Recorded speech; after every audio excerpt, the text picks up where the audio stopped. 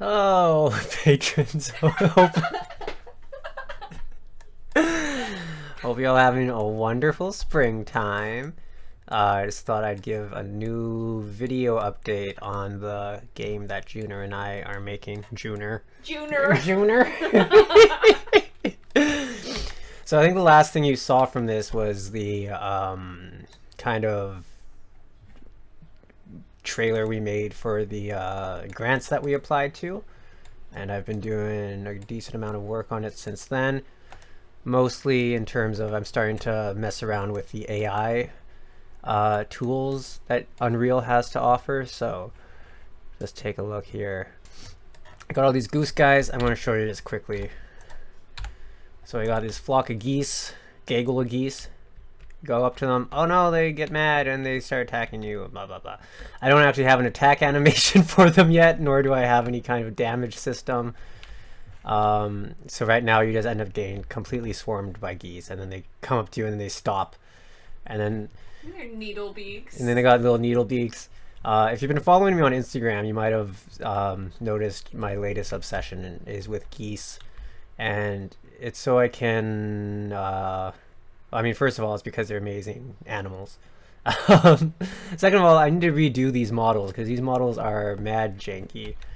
And yeah, the AI they kind of trap me right now. There's no way I can get out of this circle of geese, which is a big problem. Gonna have to address that.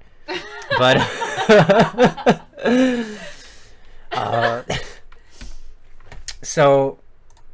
jankiness of that aside, this is my first time kind of experimenting with the built-in AI system. So we have this whole blueprint system, which is basically a visual programming language. It uses C++, but it does it in this way. You can create there's all these nodes that you can select and hook up, and that's how I've been doing all the programming in this. And this is for the first person character. This isn't the geese. This is just the built-in first person character controller that Unreal gives you. But their AI system is completely different. Well, not completely different. It uses that, but it also has what's called a behavior tree. So you go in, it basically like so this is for the geese. So we have the wandering around randomly. It finds a random location, it moves to it, it waits a bit, and then when it sees the player, so if the player is in the line of sight, based plus or minus a few degrees of visibility, it starts to chase the player. So I've been learning all about that for the last few weeks, using it on geese, and also using it on a different model I created. Not this. This is just a prefab thing. Don't pay attention to this guy. But we have this guy over here, who in all the files he's called the Revenger, but I'm gonna call him the Tickler, I think, or something. The Tickler. The Tickler. The walk cycle is very janky, but this guy will patrol a path, and if he sees you,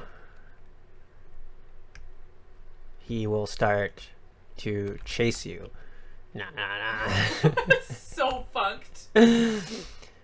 And when he reaches you, he does this move. He does this move and grabs you, and that's when he misses. So if he misses you, he'll kind of slump down like that. And there's his gooses. But if he catches you, he lifts you up and eats you. Eats your ass. He eats your ass, just like that. Throws you down. And throws you down. Now, I have a I have a big amount of work to do still on this AI system, because what I want to happen is when he grabs me, basically we had two options. We have two options. One is the first person camera gets lifted up and eaten, so you're always in first person view, and so when he like raises you above his head and brings you down, you like see his face, and you see his face behind you. I am trapped by these geese, and this guy's just going to keep doing that. Okay.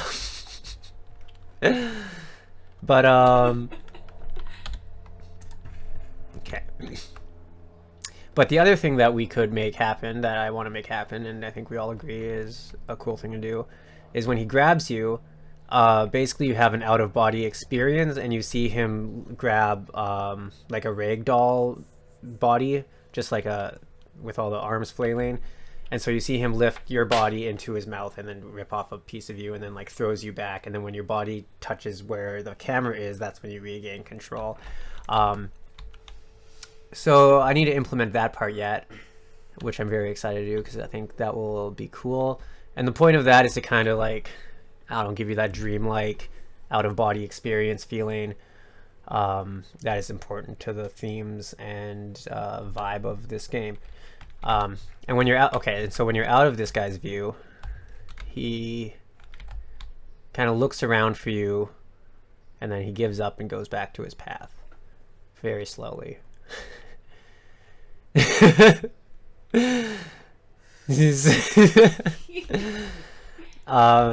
gonna play for you now in post-production. I'm gonna edit in a clip of just some when I was figuring this guy out and figuring out how to like incorporate the animations into all this. There's a pretty funny blooper reel of the animations fucking up that I'm gonna play for you right now.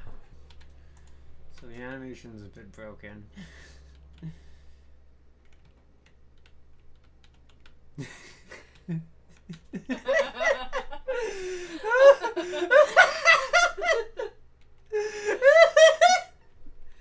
that? Who's that other person? Oh, that's just a. Oh no! That's just a default. I just put that in for scale. It's just a random character model. It's not really anything. Oh man, those This memes. is.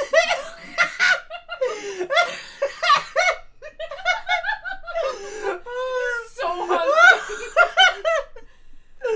Oh man, I love it. I love it. I love how janky that is. Oh, it's horrible. That's so horrible. Look how fucked you made your faces. Shit. But yeah, so that's where I'm at. Is so my big things I need to do. I just need to hammer out this AI and keep kind of messing around with it till I'm happy with it. And you figure out these geese correctly. I want to get it. I want to make it so that if this guy comes across a goose, he'll do his grab attack and like lift up and eat the goose. Because I think that would be cool. Funny. Yeah, my friend Kiran suggested that, so shout out to Kiran. Hey, Kiran. But I'm just gonna. I'm pretty proud of these animations for these guys for the most part. Not the walking one, but like that, the chasing one, the grabbing one. I'm finally starting to feel kind of comfortable with animating slowly but surely, and not just like totally overwhelmed all the time to make even the simplest things happen. Just going back to the geese for a second, rigging this geese was very hard, and I need to redo it because there's all these bones is the thing. I will show you what I mean. So the big challenge with geese and birds in general is I really want them to be able to fold back up, right?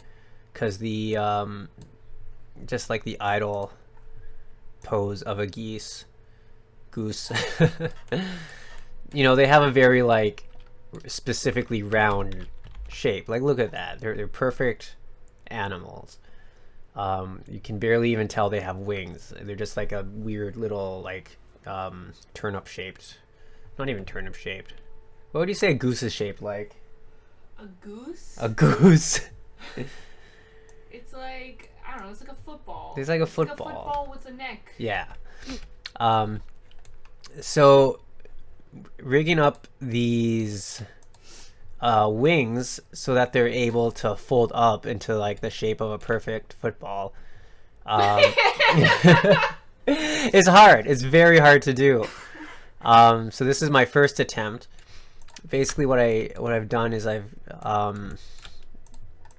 set these up so when you rotate them, it kind of they all sort of track that rotation and rotate at with slightly different degrees of influence, which works.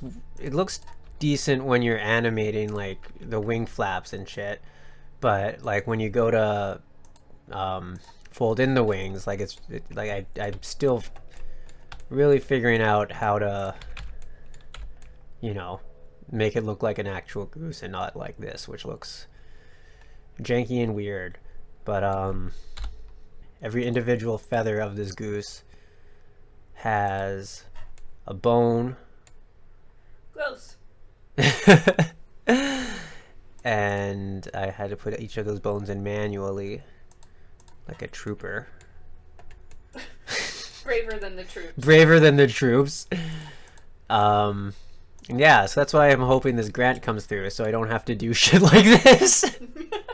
Because it's very time consuming and very challenging. It's challenging to do it in a way that looks good. But yeah, so I'm going to redo this goose. Oh yeah, and the eyeball. The eyeball comes out of the socket. Oops. You see that there. Right here.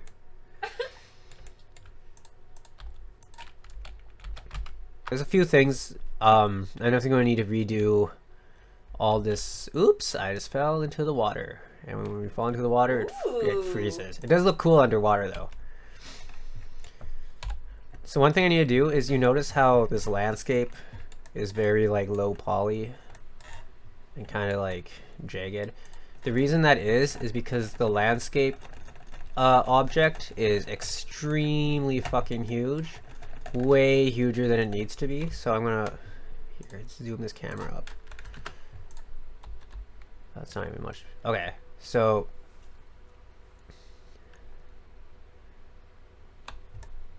yeah, holy shit, this keeps going up. Yeah, so the entire game is going to take place basically within this square of space, because we have the main area here, and then you'll be going over to the school area, which is over here, and then you'll be going to the downtown area, which is kind of here-ish. So I really only need like a very small amount of how this landscape is. And I'm going to be replacing this part. How can I zoom back in? Woo, okay. So this part here, I'm just going to be replacing with like a single island object, and all the places across the bay that you can see but won't be able to go to. So I'm going to need to redo kind of this whole landscape at like at a reasonable size so that it doesn't look super low poly. Gesundheit. Thanks. Oops, did I punch holes in this landscape for some reason? Thanks, Kyle. Who's Kyle? Is Kyle helping you? No, you punching holes in your Oh. landscape. Yeah, I did punch them. Oh my god! Can I get the geese to fall in the hole? No, they're too smart for that. They go around. No holes for these geese. Anyways, so that's all. That's all I've got. Thank you so much for being supporting this project and my artistic work more broadly. Oh, Juno Blackwood, who's my collaborator, also just started their own Patreon. I probably mentioned that already, but Yeah. go check that out, 'cause Yeah. that's super cool. Yeah. That'll also kind of indirectly help us with working on this project, because the more patrons we have between us, the less we have to... It's not even indirect. It's direct. It's direct. Yeah, it's direct.